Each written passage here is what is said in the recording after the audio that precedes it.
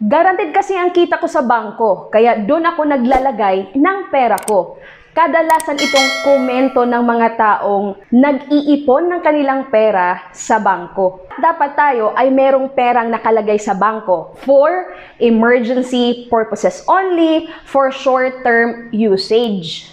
Pero kung ang pag-uusapan natin, kitaan, magkano nga ba ang pwedeng kitain ng isang tao kapag nag-ipon siya sa bangko? Kung ikaw ay maglalagay ng 50,000 pesos sa isang bangko, ipagpalagay na lang natin, nakikita ka ng 0.25%, di ba? Ang normal savings account, less than 1% naman talaga ang interest income natin dyan. So meaning, ang 50,000 pesos mo, kumita ng 125 pesos. Ngayon, alam mo ba, meron pong tinatawag na withholding tax. So yung kita mo, babawasan po ng 20% withholding tax. 20% of 125 pesos na interest income mo sa iyong bank savings account ay 25 pesos. Ang net amount na iyong kinita from your normal savings account after tax ay 50,100 pesos. Kasi nga, 50,000 pesos na principal amount mo, may kinitang 125 pesos minus 25 pesos na withholding tax, your net profit after tax ay 50,100 pesos. Matutuwa na ang tao dahil merong kinitang 100 pesos ang kanyang pera, di ba? Pero ito po, huwag mong kalimutan, ang 50,100 pesos na yan, mababawasan pa ng inflation.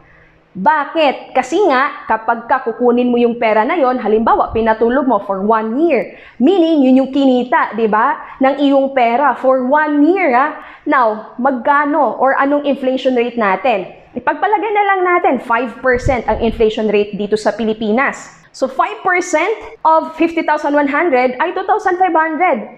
So, meaning, ang value ng iyong pera na nilagay sa bangko for 1 year ay naging 47,600. Talaga nga bang guaranteed ang kita sa bangko? Or guaranteed na nawawalan ng value ang pera mo?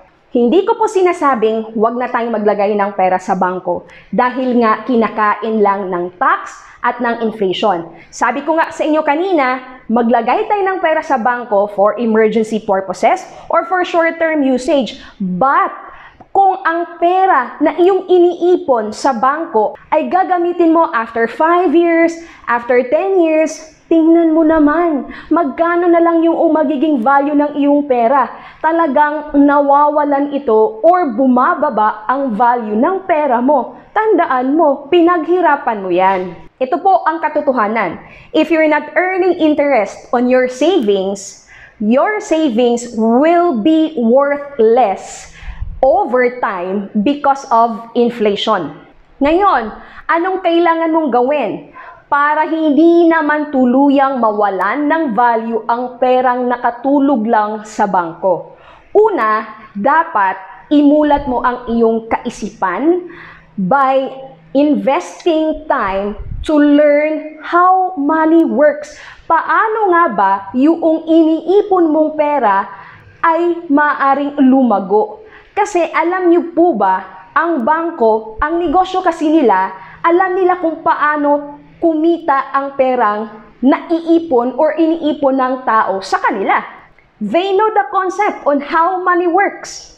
Ito naman ang tandaan mo, huwag ka naman maging desperada na maglagay ng pera sa kung ano-anong mga investment na madalian ang kitaan. Di ba yung mga investment na nagpa-promise na, oh, instead na ilagay mo dyan sa bangko, ilagay mo na lang dito, tutubo yan after 3 months, after 5 months, dodoble na yan, may payout ka. Aba, huwag ka namang sumugod at ilagay yung lahat ng pinaghirapan mo doon sa mga nagpa-promise na talagang malaking kita sa mabilisang panahon lang. You have to make sure na meron kang full understanding doon sa mga investment instruments na maaari mong pagpilian. Instead of putting your money sa bank, meron mga iba't ibang investment instruments. But before ka pumasok dapat meron kang tamang kaalaman kung paano ba gumagana yung mga investment na available for you. Nabasa ko ang post ni Robert Kiyosaki.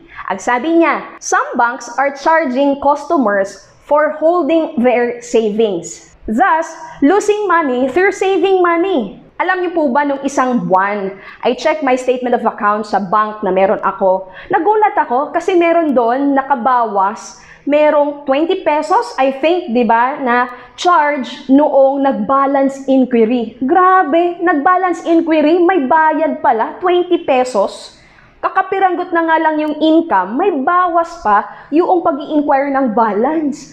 Well, hindi ko naman masisisi or hindi naman ako pwedeng magreklamo about that because yan po talaga ang ways, di ba, para kumita ang bangko. Because negosyo nila yon. Ngayon, dahil negosyo ng bangko, di ba, na i-charge yung mga depositors nila, alam niyo po bang maaari tayong maging kasosyo ng negosyo ng isang bangko? Yes! Pwede tayong magiging ka-owner, ka-part owner ng mga bangko na meron tayong account. Especially sa mga top reputable banks dito sa Pilipinas. Paano? Basic na paraan, through mutual fund investment. And second option, through direct stock market investment. Actually, nung natuto po ako about personal finance, syempre isa sa mga narinig ko nung ako'y umattend ng isang financial literacy session ng International Marketing Group or IMG, nung nasa Singapore pa lang ako, talagang naituro about mutual fund investment. Of course, dahil natuto ako, I started to invest in mutual funds. At ang kauna-unahang mutual fund account ko ay through First Asset Metro Investment or FAMI, and FYI, itong FAMI or First Metro ay investment subsidiary ng isang bangko. Anong bangko? Metro Bank. Ito po ang aking statement of account ng aking first ever mutual fund account ng FAMI. I started to invest sa mutual fund 2012. Laking pasalamat ko din sa International Marketing Group or IMG dahil doon talaga ako natuto kung paano magiging kapartner or kasosyo ng mga bangko, di ba? Hindi lang ako may account as a depositor of that bank, but I am also earning from that business, di ba? Meron na nga akong account sa kanila, but at the same time, kumikita din ako sa negosyo nila, di ba? Kasi nga, kasosyo nila ako by investing sa mutual fund na kung saan may mga lamang bangko, may mga lamang bangko yung investment portfolio. Ito po yung example ng isang mutual fund account or ng isang mutual fund investment portfolio na merong lamang mga bangko. So, indirectly, by investing through mutual funds, you will earn, aside from the interest income from your bank savings account, you will also earn capital gain, di ba? Or cash dividend from all the banks na nakapaloob dun sa investment portfolio, of course, di ba, ng isang mutual fund. Bakit ako nakapagsimulang mag-invest sa mutual fund through IMG? Kasi nga, ang IMG, may mga affiliated na mga mutual fund companies yan. At isa na nga po dyan ang FAMI or ang First Asset Metro Investment. So, I started to invest in mutual funds, and the good thing, dahil nga I opened FAMI through IMG, I enjoy zero load fee. Anong ibig sabihin yan? Yung small amount na aking ini-invest sa mutual fund, walang bawas na entry fee because I am an IMG member. Sa panahon ngayon, kailangan nating maging wais. Hindi lang dapat natin nilalagay ang pera sa bangko dahil natutulog or hindi natin namamalayan na ito ay nawawala na talaga ng value. Meron pang other options. Of course, tandaan palagi natin na yung pera na ating i-invest ay para sa mga long-term financial goals natin.